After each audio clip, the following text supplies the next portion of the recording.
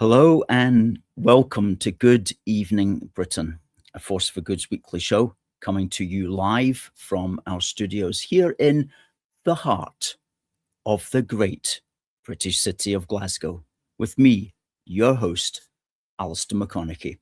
We are broadcasting on all our digital platforms throughout the United Kingdom and across the world.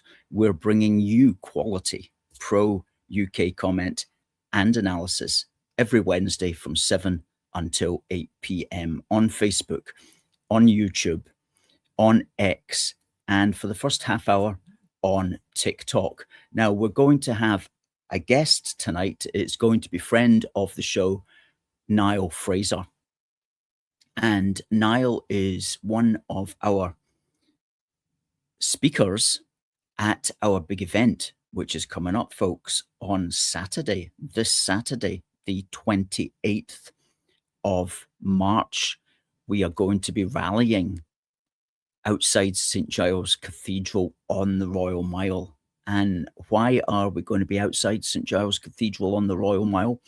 Because that's where John Swinney is also gathering his fans, and where Ross Greer and the Soggy Greens, the Scottish Cabbage Party, are also gathering their assorted vegetables in order to wobble down the Royal Mile prior to their rally at the top of Carlton Hill. So we're going to be, shall we say, in close proximity with each other, the SNP Out Now people and the Destroy the United Kingdom people. And we, the SNP Out Now people, are going to be standing up for the UK. We're going to be flying the flags of the Union. We're going to be flying the Saltire, the Union Jack, and all other flags of the British Isles, folks. So please do come along to that. Do come along to that. Now, we're gathering at 11 for an 11:30 start. We've got 8 speakers, most of whom have not spoken on an AFFG platform before. And we're organising this in cooperation with our good friend Nick over at the We Say It podcast over on X and also on Rumble. So be there, as we say, be there. And this is going to be the last big rally before the actual Holyrood election, which is on the 7th of May, 6 weeks away, basically, from tomorrow. So big excitement this coming weekend, folks. If you're coming along, please bring your mobile phones. Please get as much footage as you want. Please do feel free to spread it out on the internet. That's what it's all about, showing that there is support here in Scotland for our United Kingdom. And goodness me, how is it all going to go? Because the National yesterday, don't get too worried about this, folks, because a lot will change between now and then, but the National yesterday says poll predicts huge 18-seat yes majority. Now, the idea there is that a majority would be 65 seats out of 129 seats. And the National, and it is the National after all, they were predicting that the SNP would get, let me just check, was it 65 seats plus the Greens getting a huge number, which made no sense to us whatsoever.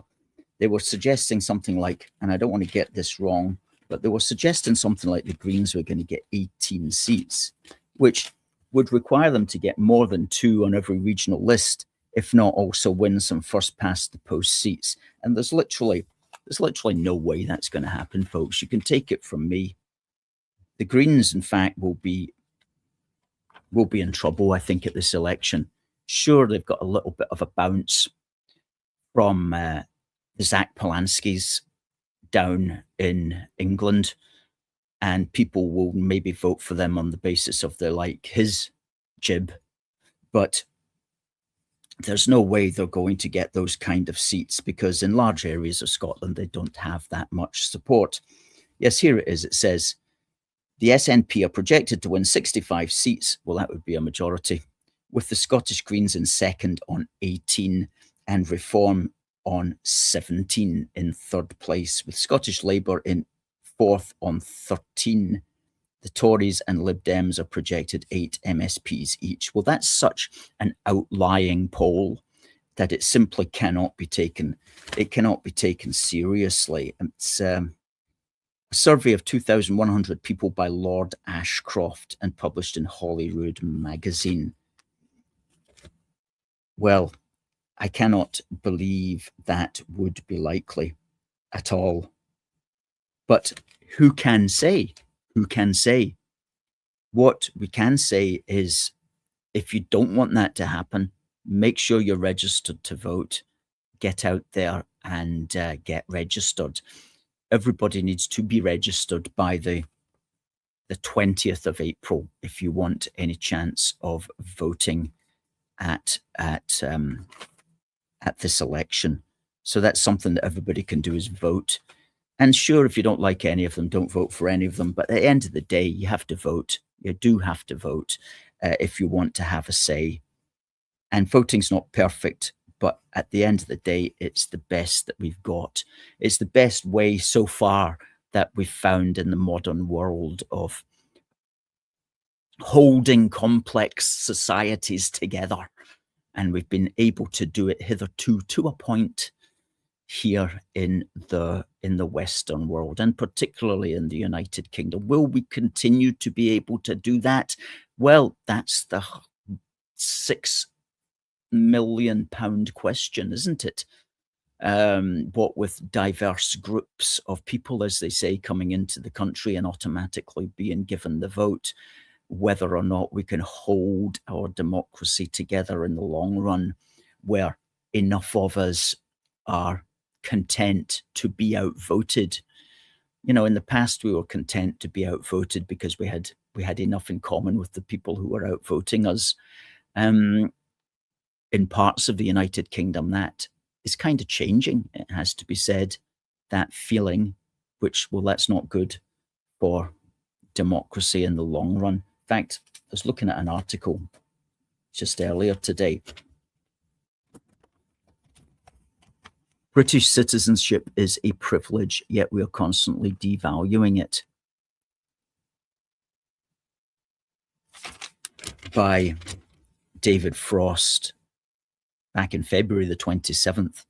And he was pointing out, as we point out on this program a lot, that when you actually dive into the whole concept of British citizenship, it's extremely loose and badly put together, and no proper, coherent, consistent thought has ever been given to it. Certainly not in the last 50 years. I mean, I think it only became a concept, citizenship, at the turn of the last century. But ever since then, no real proper thought has gone into what constitutes a British citizen and what should they get as a consequence of being a British citizen, and how long should it take? For example, as we don't tire of saying, voting-wise, anybody can vote at British general elections, providing you're a citizen or a citizen of the Republic of Ireland or a citizen of 55, actually 56 Commonwealth countries. You're automatically given the vote. So that means that anybody coming in from India or Pakistan immediately gets the vote in this country. In Scotland, at devolved elections, everybody in the world can vote if they are legally resident. They don't even need to be British citizens or even Commonwealth citizens. So that's not a serious country. If in your country anybody can vote, just provided they're legally here, that's not a serious country. Now, you could argue that's democratic, but it's certainly not nationalistic. There's no nationalistic idea behind that concept. That's just a globalist concept. So if you truly believe in the nation and in its citizenship, then you have to change all of that. And where's John Swinney on these kind of matters? Where's even our Prime Minister? Where have any of our Prime Ministers, Tory or Labour, ever been on these essential matters of nationality and citizenship? Absent without leave. It's incredible. It's incredible how unserious a country we are when you really get down to it. And I'd noticed this like way back when we started A Force for Good, and we started looking at how the union is held together and how the union could be broken up and all these sorts of things, and realizing that our politicians knew nothing about that. And there wasn't even any books, even the constitutional books, like you buy a book on the British Constitution, it won't even really talk about the union as such, or what the union means for the concept of Britain, the nation. And so we had to start literally from the beginning to really write out the specifics, and that eventually gave rise to One Big Country, a big book for the Union, Volume 1. And all you need to do, folks, is go to Amazon. Let's get the Amazon link up there and get that. It's only $9.99, and that's the first in the series. And that basically explains what devolution was meant to be about, how it went wrong, how to sort it, how to get a mandate, and basically articulating the cause of unity, one big country. If you're interested in the whole idea of Britain, the nation, then we are the people to send to tell you all about it. Now, folks, let's say hello to some of our friends. Let's get our Crowdfunder ticker going along the bottom.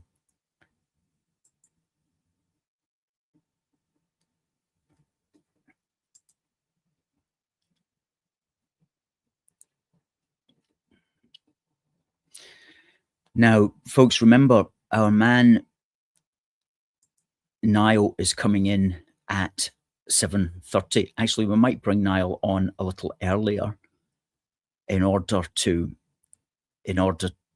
talk about a lot of things. What's on your mind tonight?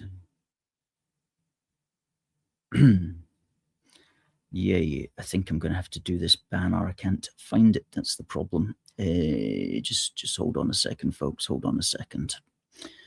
Hey, where's our Crowdfunder? Ah, here we are, right down at the bottom.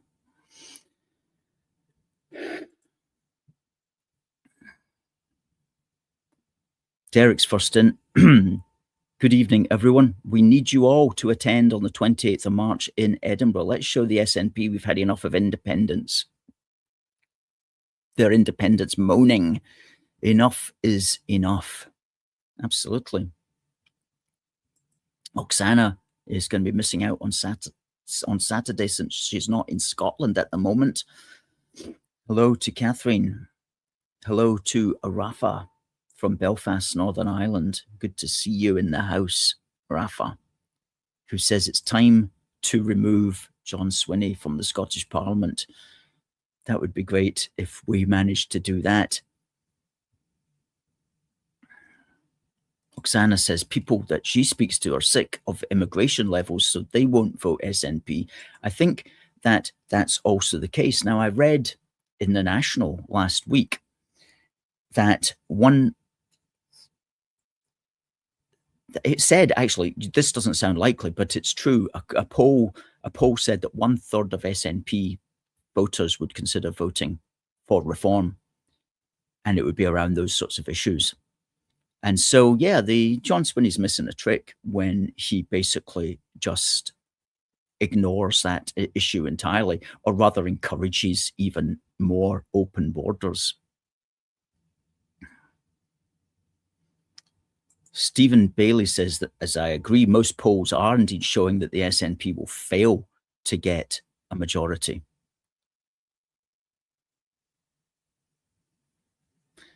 Dominic makes a good point. He says, I don't think there is a mainstream party that is right about everything, as the anti-war parties want more immigration and the anti-immigration parties want more war.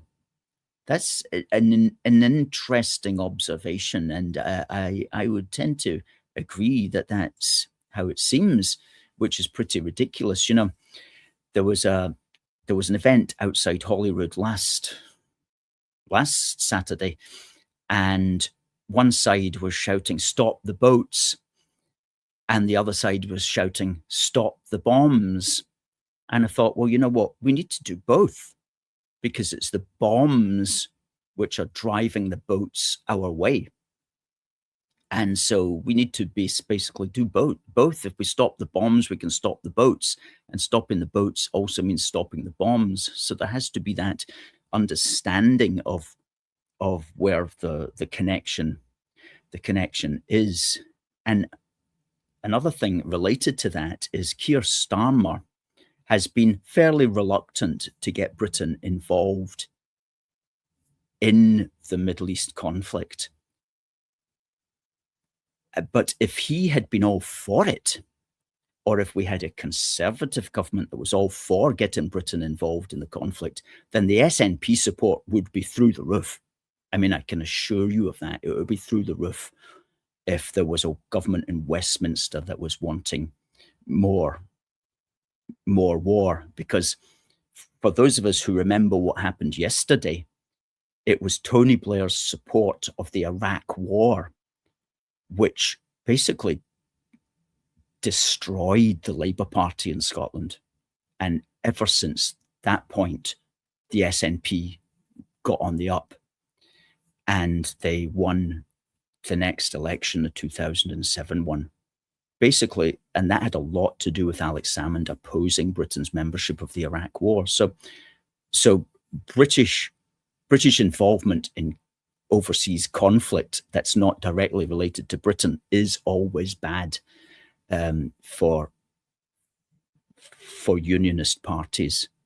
You can take that to the bank, and we recognized that a long time ago. And I just hope that more unionist people will come to grasp that going forward.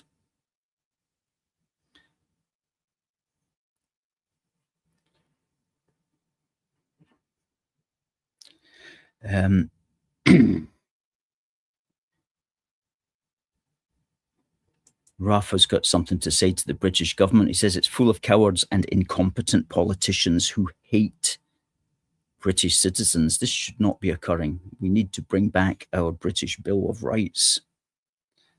Interesting point. Dan, the Lionheart, says we need Restore Britain. Well, that's another one. That's Rupert Lowe's party. To repair the union and make this country great again.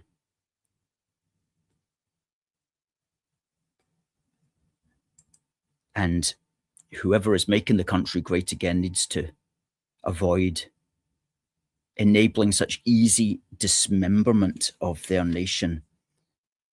Yeah, the SNP people are always complaining about why can't we, if we get 65 seats, why can't we just have another referendum? Well, the reason you can't is because you probably get your 65 seats on a minority of the Scottish electorate. And so why should a minority of the Scottish electorate enable the country to be set on a route that could lead to it being broken up? That wouldn't be a good idea. So the SNP types, they always forget that there's a whole lot of people out there who don't actually agree with them. And they forget that we also have to have a point, and we also have to be involved in whatever decision is made. And we go into that actually in one of the chapters here in One Big Country, when we show why the SNP so-called mandates are not actually proper mandates. And hey, if you're SNP, you'll actually find out how to get a proper mandate in here. We actually give that away. We actually tell you how you get it as well, if you're that interested, SNP people.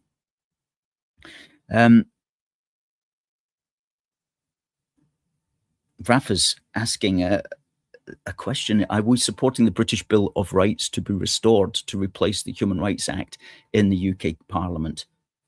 Our country needs a strong codified constitution. Okay, well, a couple of points there. I think when you say British Bill of Rights, my understanding is that people such as was mainly been conservatives who have said, oh, we need to scrap the Human Rights Act and replace it with the British Bill of Rights. I am not convinced that there would be a whole lot of difference between the two.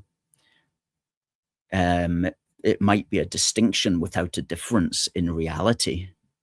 It could be the case that we should do that, but one would need to know what the proposals were and how one sufficiently differed from another.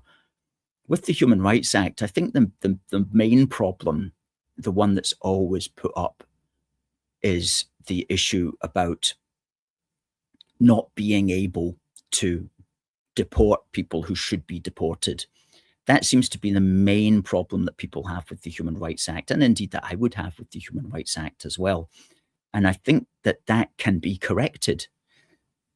We explained how to do that, in fact, in our Protect Our Country, a Big Book for the Union, Volume 2, which you can also get from Amazon. So there are ways in which you can adjust the Human Rights Act to make it easier to deport people. If you did that, then you might find that the complaints about the Human Rights Act would not be as great as they are at the moment, because that's the one that grates. That article kind of grates on people. So it could be adjusted, or the whole act could be abolished and replaced with something else. But at the end of the day, one would just have to wait and see what was being suggested. Hello to Derek and to Alan. Thanks to Christopher there, who says, One Big Country is very highly recommended. It should be read by anyone interested in understanding our great country, the United Kingdom. I think we got our screenshot there, Christopher, definitely. Hello to Scotland Scorpion.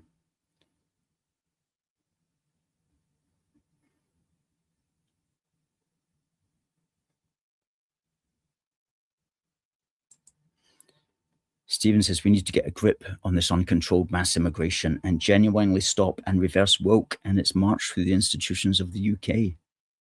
Well, the first step is to get people of that mind elected to positions of power and influence where they can articulate such matters, because without words in the first place, there can be no action.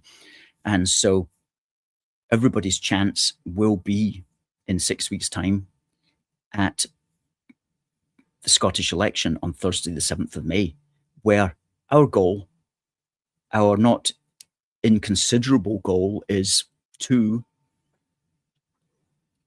get the SNP out now. And we're having a rally to that end this Saturday, 28th of March, outside St Giles on the Royal Mile, 11 for 11:30. Come along, bring your flags, and we're going to be rallying in exactly the same place as John Swinney and Ross Greer are assembling their fan club in order before they march down the Royal Mile. So we're going to be in close proximity. Authorities know all about it. The police have been making sure everything's going to be okay. So nothing to be concerned about. Come along and basically fly your flags for our country. It's going to be a good one. And bring your mobile phones and get as much footage as you want and fire it out over the internet.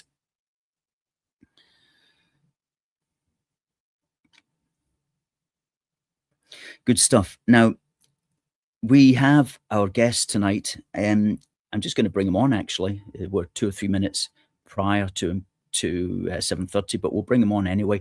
Folks, if you're watching on TikTok, you won't see any of this.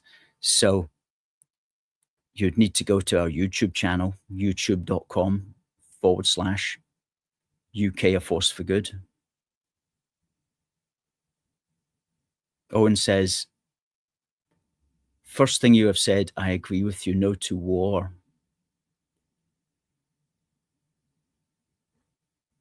Hi to Chris. And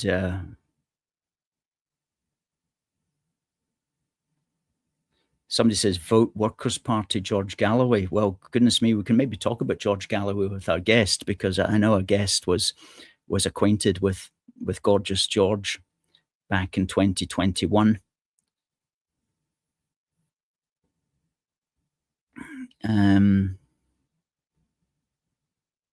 AI summary. The AI summary has already summarized it, saying, discussing a rally against the SNP on the Royal Mile. Share your thoughts.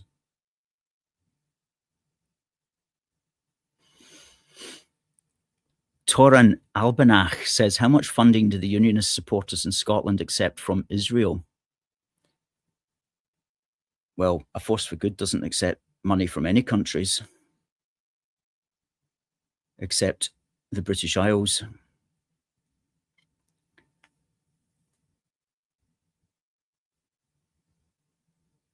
I can't speak for any other groups, but I can't imagine there's that many Unionist groups that we don't know of. Free Scotland from England, says Tim Brown. Well, maybe not. Free Scotland from England. Come on, guys. What world are you living in? This is 2026. Get with the program. Now, folks, I'm going to have to say goodbye to TikTok because we're going over to see our guest. And so we'll see you next week on TikTok. Folks, please say hello to our man, Niall. Hello. Hello there, Niall. How's things? Very well, very well. It's a busy time for us all, and we're looking forward to the rally. You're going to be speaking at it. And have you got some ideas of what you might be talking about? I mean, I attended this rally last Saturday, the Unite the Clans rally. And oh yeah. Again, how did that go? I mean, it was fantastic. I thought, the police done their job well. There was a large amount of what we'd call Antifa or black masked figures, shouting abuse, attacking people on our side. But overall, the speakers were fantastic. It was a general feeling of just bonding, coming together to sort of combat evil. Most people are concerned, and what I want to say is that the United Clans thing, it was what is participating, but then also sort of observing the whole thing. It felt like it was a gathering of the working class, more so than I've seen at any other rally. You've got speakers there was a 13-year-old boy spoke at it, actually. I don't know if we can find the video of that, but I was really impressed with this young lad. And again, the people are getting younger at this thing. It's the first time I've ever seen a young boy speak at one of these events, and it was really quite inspiring. But again, it's the overall theme seemed to have been about safety, about the fact that we can't live like this anymore. You can't force change the demographics of a country where suddenly you one day it's Scotland and the next day you come in your flat, you open the door and it's Africa, and there's people walking around carrying things on their heads. There's people selling nuts and bolts in the barras. It's too much for people to bear. And for you're speaking to a lot of people just out and about, just the strangest thing is happening, that a lot of people are just voting reform based on the anti-immigration sentiment alone, and they're going to get in huge numbers. I've seen your comments, and there's been a lot of great comments today, but the Restore Britain thing, I think it's maybe just a bit too late for them to run in the Scottish election, but the next best thing is reform. So I think with the absence of any other party sort of with this rhetoric, reform is going to ramp in and become, the second biggest party in Scotland. And, today as well, with this whole, the last day in the Holyrood calendar, 5 years worth. And what do they want to do? What do they want to spend their time on? Well, John Swinney wants to spend his time bringing up Malcolm Offord, who's the leader of the Reform Party. He wants to spend his time trying to drag him over the coals for a joke he made 10 years ago. Is that a good way, a good use of your time? Is that, is this what we're giving the Scottish Government money for to waste our time like this? When, again, I'm pointing out that we've got on average 8 rapes per day in Scotland, and it's only going to get worse. A lot of the people at this Unite the Clans rally, they're all over Scotland, Falkirk, Aberdeen, all over. And the things that I'm hearing that are happening in Aberdeen are absolutely frightening. Falkirk is... it was a bit annoying that, Reform had a conference in Falkirk, but then didn't go to the Cladden Hotel. It was a bit of a stick in the craw for me. But at the same time, they're saying the right things. The general theme is that, people are really worried about the safety of people with all these migrants who we don't know where they're from. It's from alien cultures, alien education system, doesn't translate to living peacefully alongside other Scots.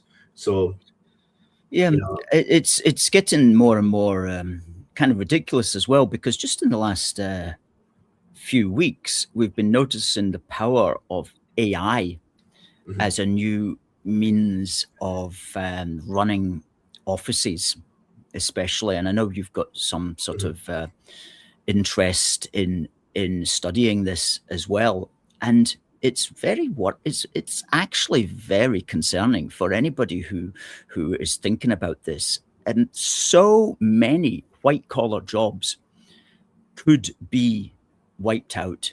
Yeah. And there'll always be white-collar jobs, and AI will create some new ones. But there's a lot that can simply just be replaced by AI.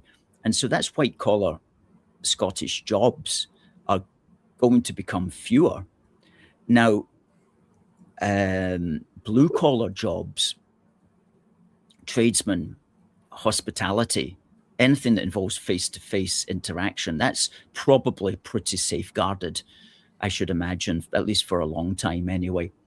Although AI can teach you how to fix your own toilet or shower system if you wanted to be bothered, but most people aren't wanting to be bothered. They'll just bring in the tradesman.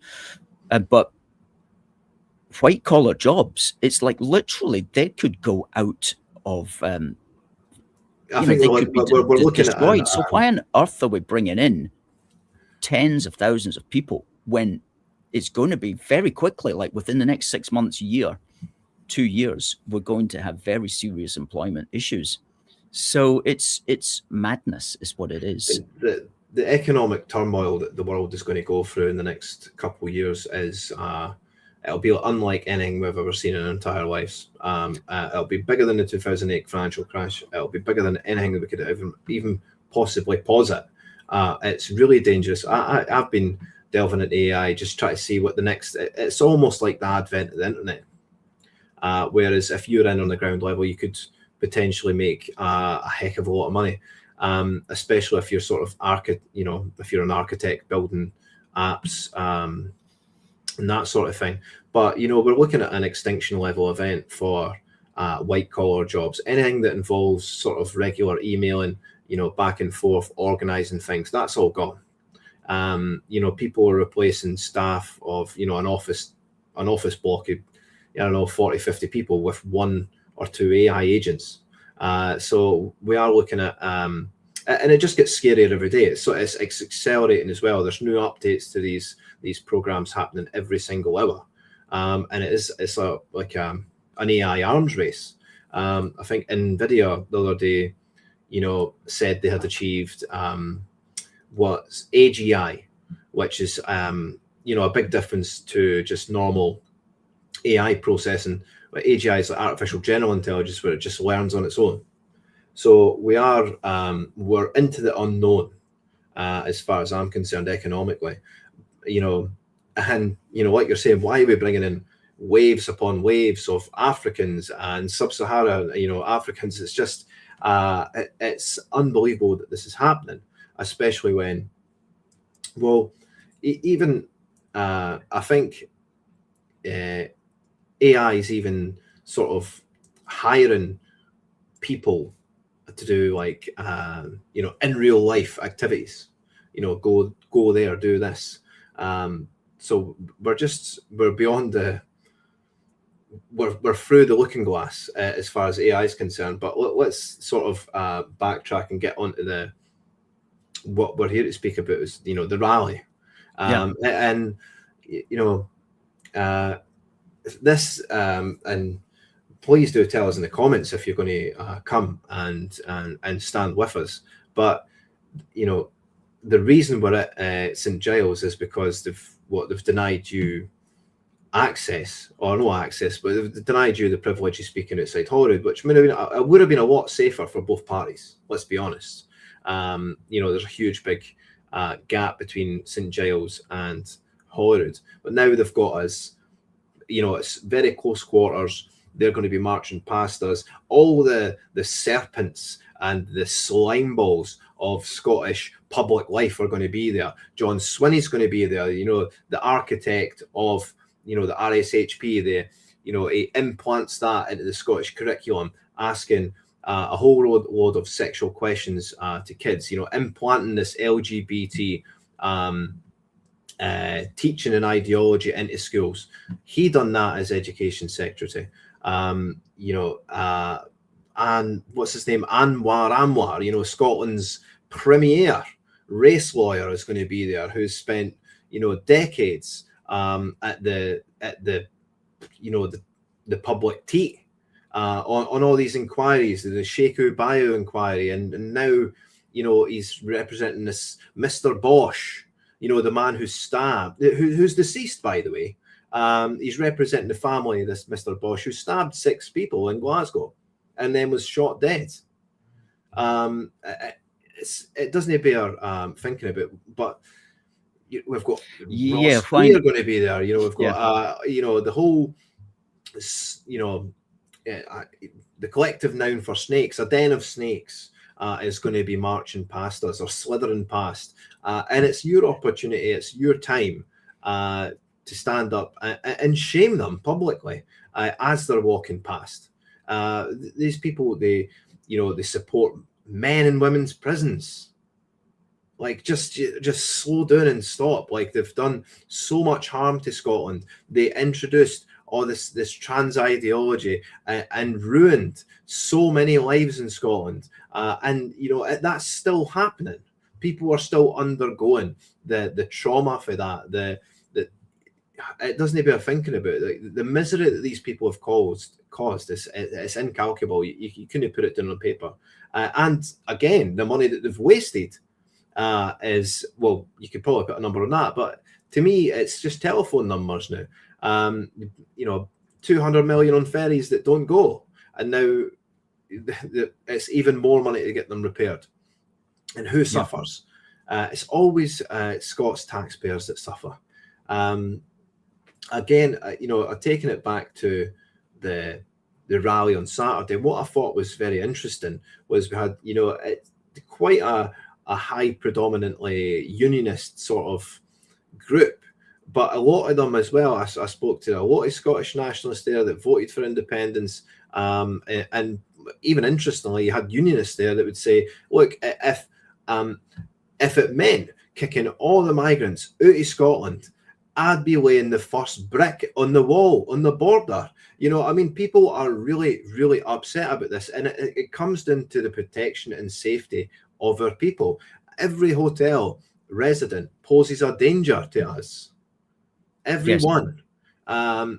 And they should not be there. If I was in charge, if the Home Office was sending them up, I would send them all to an island, or I'd go to war with the Home Office, because they will not be staying anywhere where they could possibly cause harm to Scottish citizens. Yeah, this goes back to my comments earlier in the programme where I said Britain's not a serious nation. No. You know, I am a British patriot and I will always support our United Kingdom. But I've realised in time it's for us to actually make Britain a serious nation, because it's not one at the moment.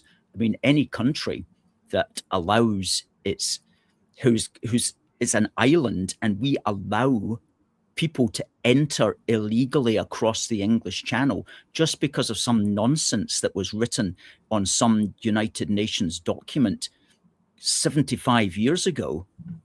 Yeah. The idea that we allow that, instead of just saying, if you cross the channel in a dinghy, you're breaking the law and you're going to prison, don't do it. That's what a serious country would do. But the fact that we don't even do that tells us we're not serious. And we have not been serious. We've not been serious since the end of World War II. This has not been a serious country.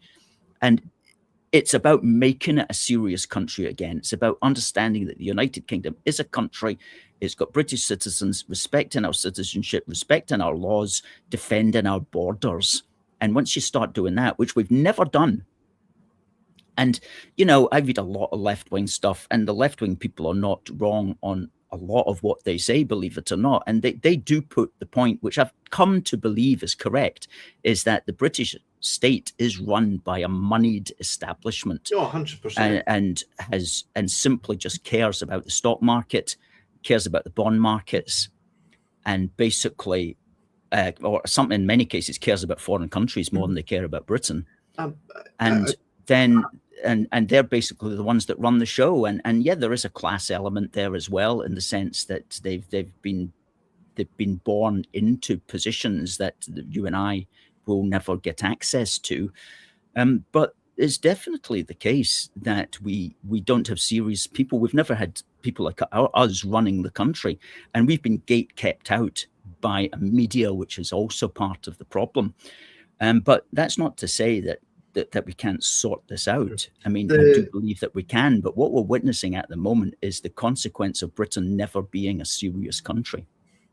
I hadn't prepared a speech for anything at this rally, but, you know, I got up there and I had one of these lines that it just come to me, but, you know, the people in Holyrood, no the staff, no the caterers, people in there, they would have thousands of people raped if it meant 1% of economic growth.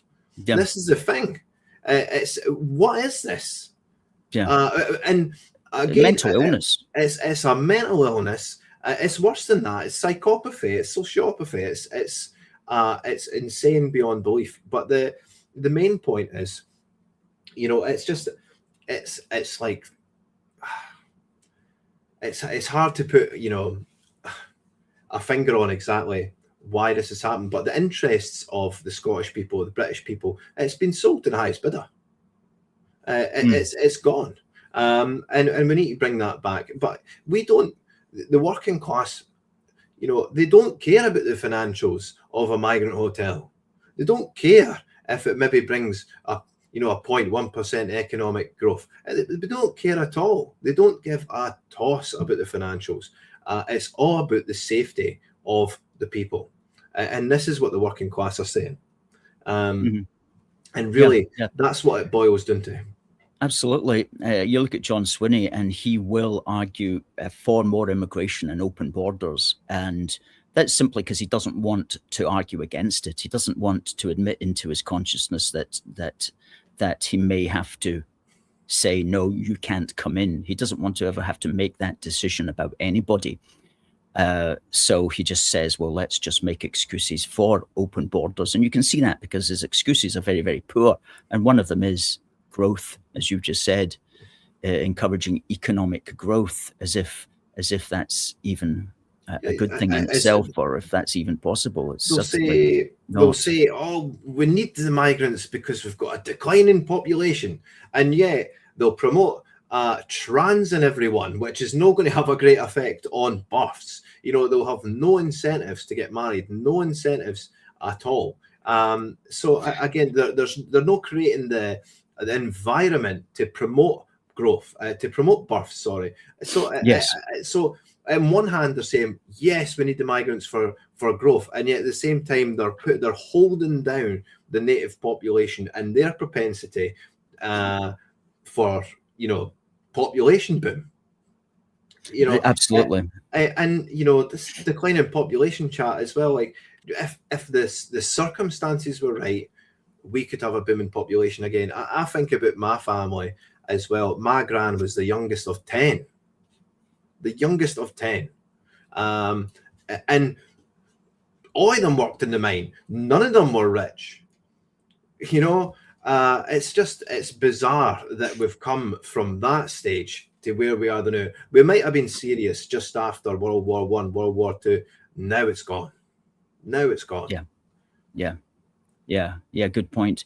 No, good point about the mine as well. I was thinking about miners this morning, and just realizing the extent to which that industry was responsible for much of Britain's greatness. Of course. Certainly during the 19th century, and never really got credit for it.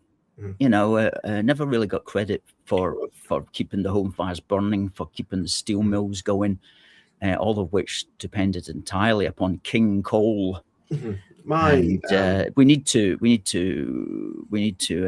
find a way of kind of remembering that, and of course all the massive tragedies as well that were occurring in the coal mines on a regular basis until quite recently. Yeah, well, absolutely. I mean, my great granddad died following the High Valleyfield pit disaster. If there's any Fifers listening now, or just look up the High Valleyfield pit disaster. I think it might have been 39 people died instantly and 50 people died, but he died of his injuries afterward, because a lot of people did when they escaped the mine, they died of their injuries afterward. But this was a very dangerous profession. It happened, you know, it was just the way of life back then, I suppose. But I know, and there were always men with families as well.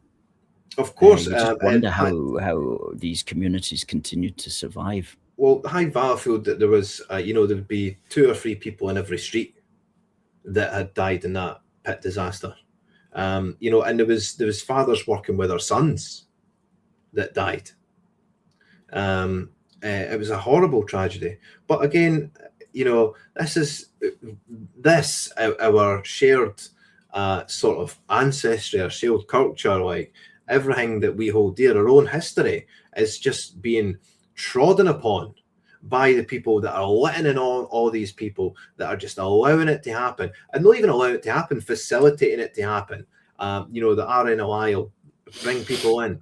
You've got the all the benefits arriving, and then you've got the golden ticket. Like, what if you make it across the channel? You're going to get a 40 grand paycheck on the way out. Immediately you become a so-called refugee. Once you get refugee status, you immediately get access to all the benefits that a British citizen gets, which is crazy. And again, that's just because it's written down that they have to in a piece of paper that was written 75 years ago. It's just madness, absolute madness. Let's go back to, by the way, I think a lot what you talked about there would be good to be talked about on the Royal Mile this Saturday, folks. 28th, outside St Giles Cathedral on the Royal Mile. You'll see myself, Niall, and at least hopefully 6 other speakers as well, many of whom have not spoken at our rallies before. Really looking forward to that. We're doing this in cooperation with our friends over at the We Say It podcast. Nick Mitchell, he will also be giving a speech. And we'll be doing it right beside John Swinney, who will be marching his Scottish fans up to the top of the hill and then back down again, quite literally. That's what he'll be doing. And we're going to be telling him that. I made up a wee song today about that. So you'll be hearing me chanting it at them. So should be good fun. Be there for 11:30. Bring your flags, folks. We can't bring flags for everybody. So bring your flags of the British Isles, no foreign flags. If you're flying a foreign flag, you'll be asked to leave. This is Britain. We're fed up pretending it's the Middle East, okay? Exactly. Only British flags. Now, yeah, what do you think? And I'll be interested in your opinion on this, Niall. Your man that you stood with in 2021. Tell us all about that. What's happened to him? Well, we're talking about George Galloway, by the way, folks. Of course. You don't need to tell me that.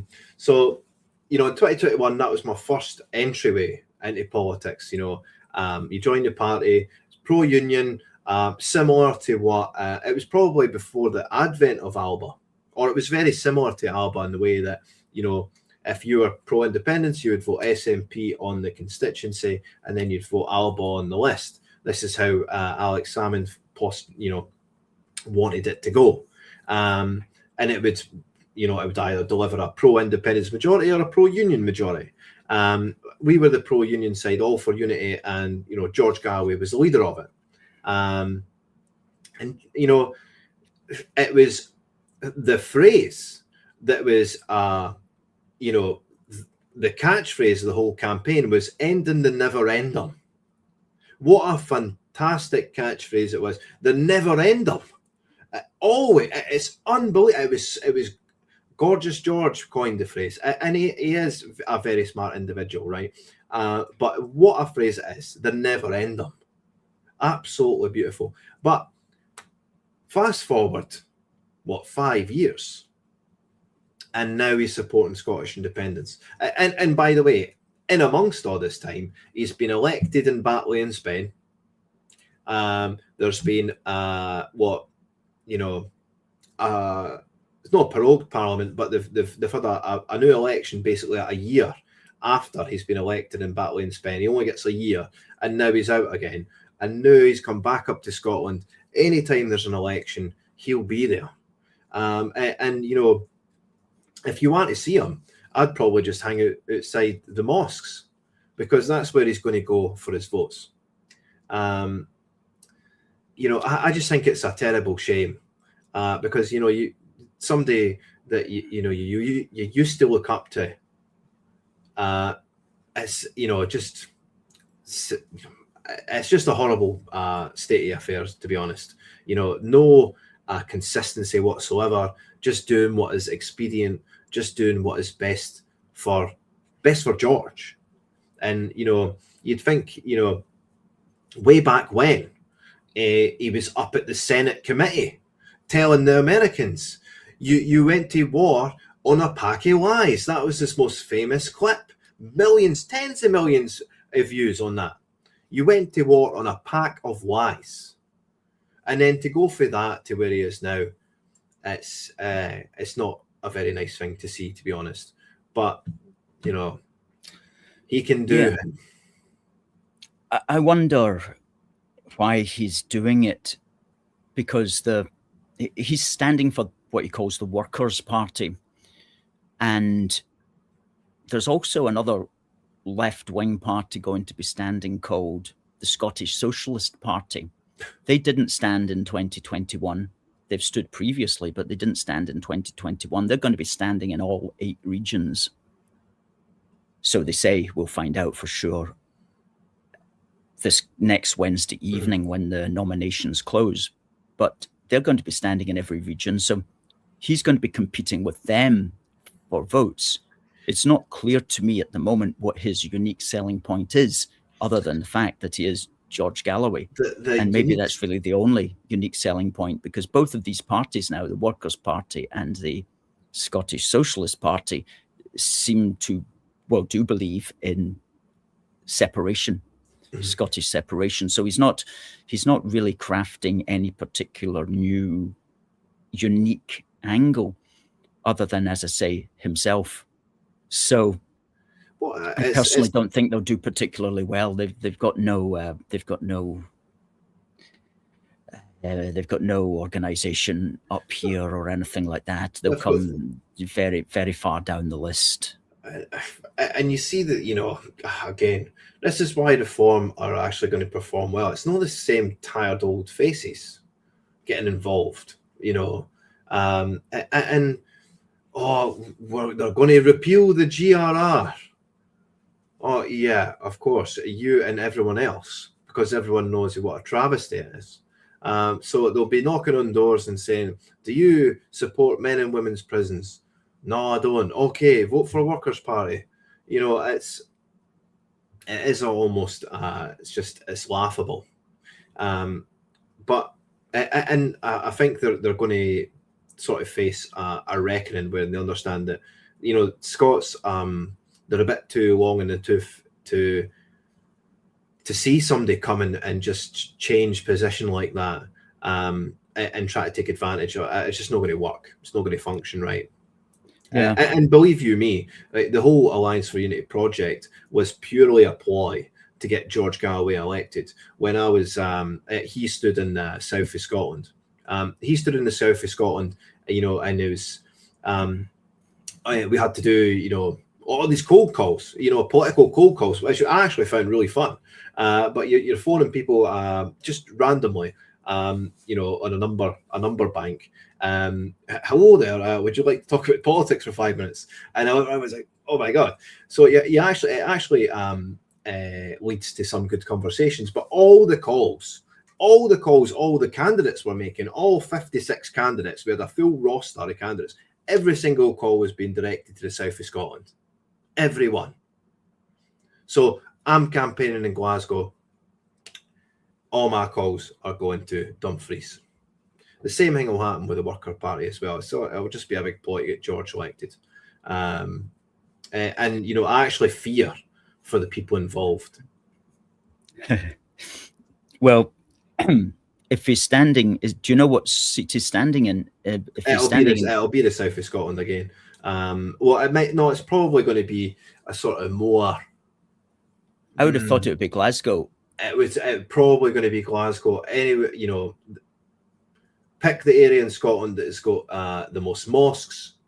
That's where he'll be standing. That'll be Glasgow then. Yeah. Yeah. Good. Well, Niall, it's the top of the hour, and we'll just be closing out at 8 o'clock. But I want to say thanks very much for your thoughts tonight.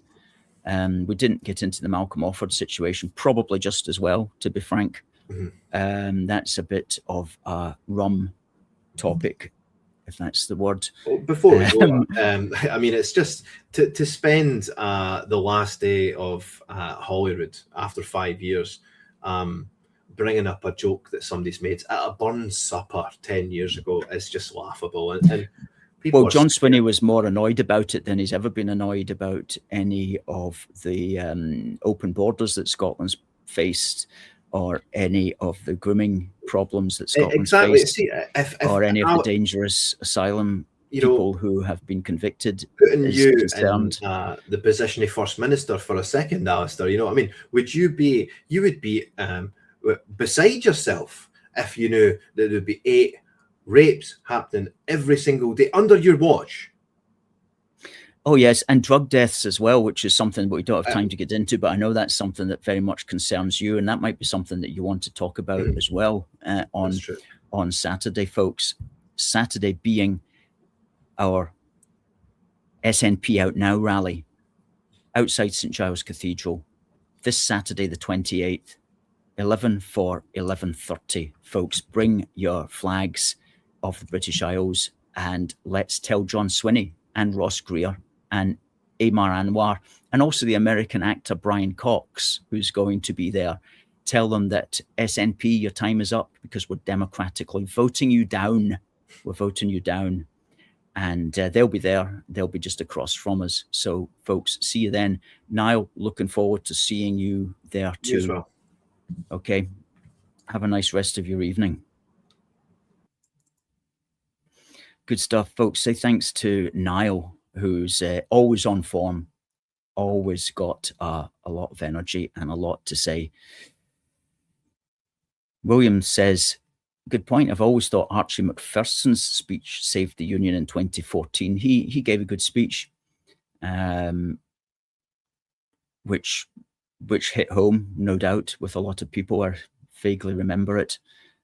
Gordon Brown gave a good speech. Alistair Darling was on form once or twice as well.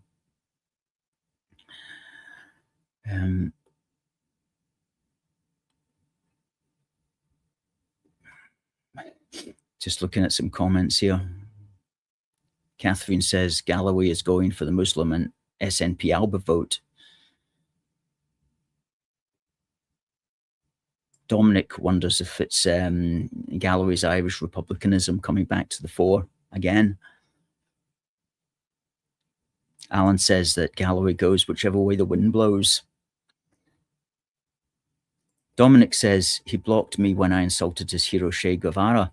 That's a good point. We were blocked as well by George Galloway, and we're still blocked, but we've never even engaged with him ever.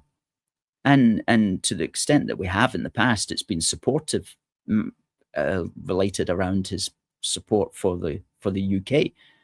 But one day we woke up and we were blocked. I think he mass blocked a lot of people at one particular time, and this is going way back to, like, you know, maybe the late 2017, 18, 19 thereabouts. But we're still blocked. Makes no sense.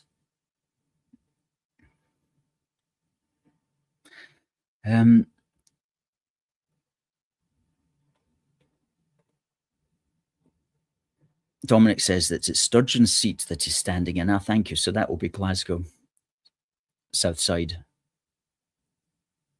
Catherine says, great programme.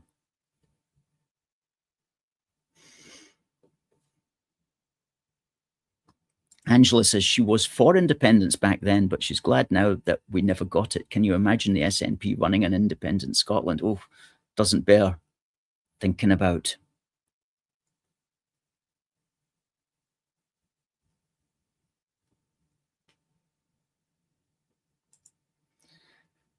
Now, folks, we're going to be back, God willing, next Wednesday.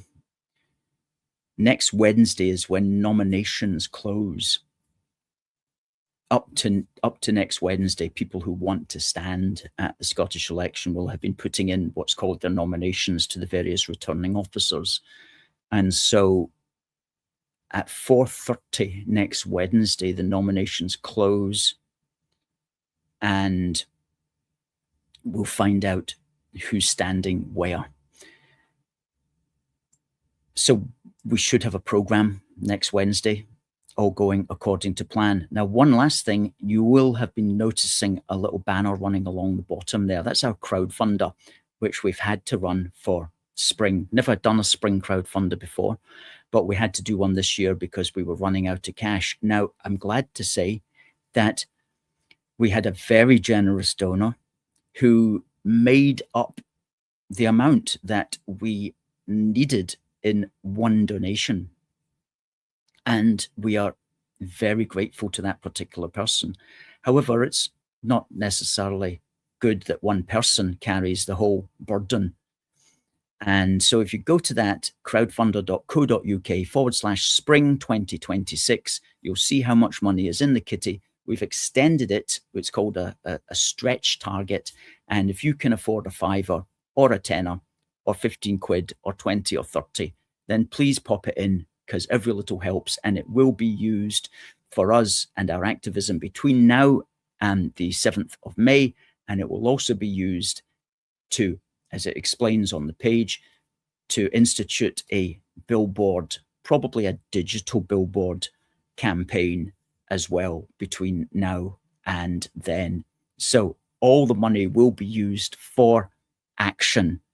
And so if you do want to get the SNP out now, and if you can't attend our rally this Saturday, the 28th, outside St Giles, 11 for 11:30, if you can't do that, then please do consider putting in a £5 or a £10, or how much you feel that we are worth and how much this effort is worth and how much you can afford, folks.